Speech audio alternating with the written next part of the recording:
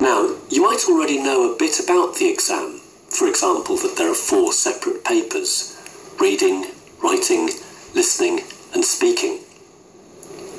And you may already know that IELTS actually stands for International English Language Testing System. But what perhaps you don't know is how the texts and questions that go into the exam papers are actually made, and what happens before you, the students, take the real test. So that's what I want to tell you about now. The IELTS exam is jointly owned by 3 partners: the British Council, which is based in London but has offices all over the world, IDP, an education organisation, and a department of Cambridge University called Cambridge English Language Assessment. They're the ones who basically write and check the questions in the tests, and I want to explain more about what that work actually involves. Writing teams work in various countries. The UK has one team, Australia has another. These writers are then asked, usually twice a year, to produce a number of tasks for the paper they are working on, writing, reading, or whichever. They need to follow detailed guidelines to ensure that the topic they write about is suitable, and that the text is exactly the length that it's supposed to be, and so on. Once the writers have sent the material they've written into Cambridge, a pre-editing meeting is held. This will involve the assessment manager, a member of staff at Cambridge, and also the person known as the chair, who is the team leader in charge of that particular paper. They discuss all the texts that have been written and sent in, and check that these and the answers are all clear. If everything is satisfactory, then they will produce feedback in writing for the writer, asking for certain changes to be made.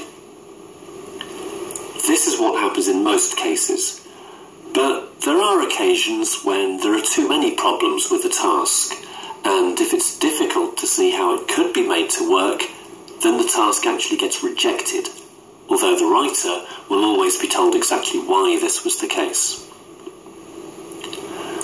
The writers then rewrite and resend their questions, and then a second meeting is held, the editing meeting.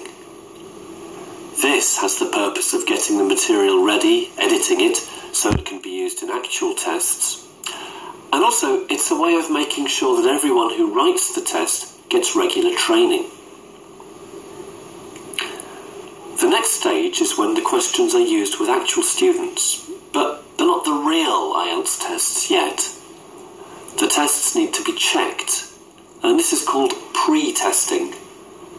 The tests are all printed, the listening tests are recorded with professional actors, and then groups of students take the test so they can get useful exam practice, and Cambridge get data they can use to check the test and measure exactly how difficult it actually is, and see which questions still need changing.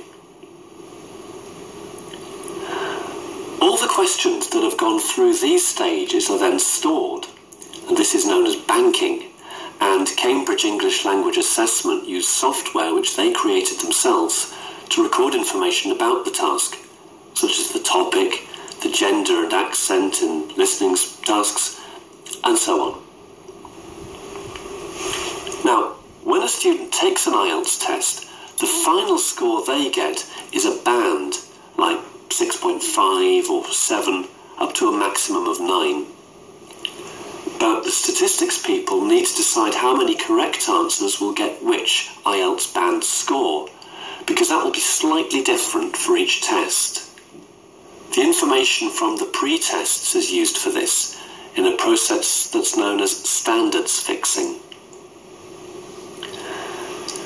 So you can see that a lot of work goes into making and checking the IELTS tests, because it's really important that every test is fair and accurate.